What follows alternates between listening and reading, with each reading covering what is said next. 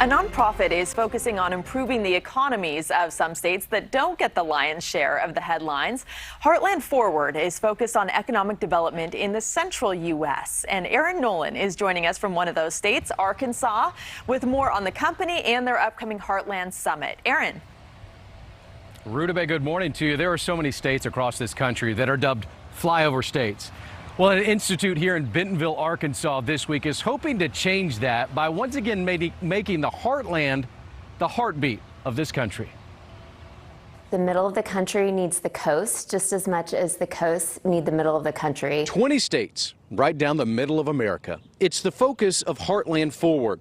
This nonprofit organization has a goal of improving economic performance right in the center of the USA. From Birmingham, Alabama to Tulsa, Oklahoma to this week's host of the Heartland Summit, Bentonville, Arkansas. If it's just coastal cities that are creating this ambiance and this quality of life, quality of place, it's hard to see how you can participate in it. But if you see somebody across the border or down the road that's doing it, you begin to believe, well, if they can do it, we can too. Leaders from all industries stopped in Arkansas to game plan a strategy to help Mid-America with job creation, improved health care, politics, and art. So when we talk about how do we kickstart economic growth in the middle of the country, we know we need to modernize our policies. We need to think about new ways.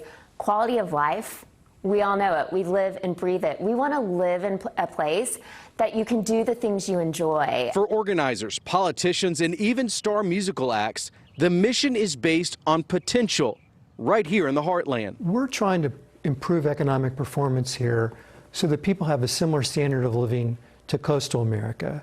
There's been this idea that the center of the country cannot grow as quickly, cannot create the jobs, the high quality jobs as other parts of the country. Putting planning into practice from Anytown, USA to Mayberry, Heartland Forward has a target on Middle America, aiming at a brighter future.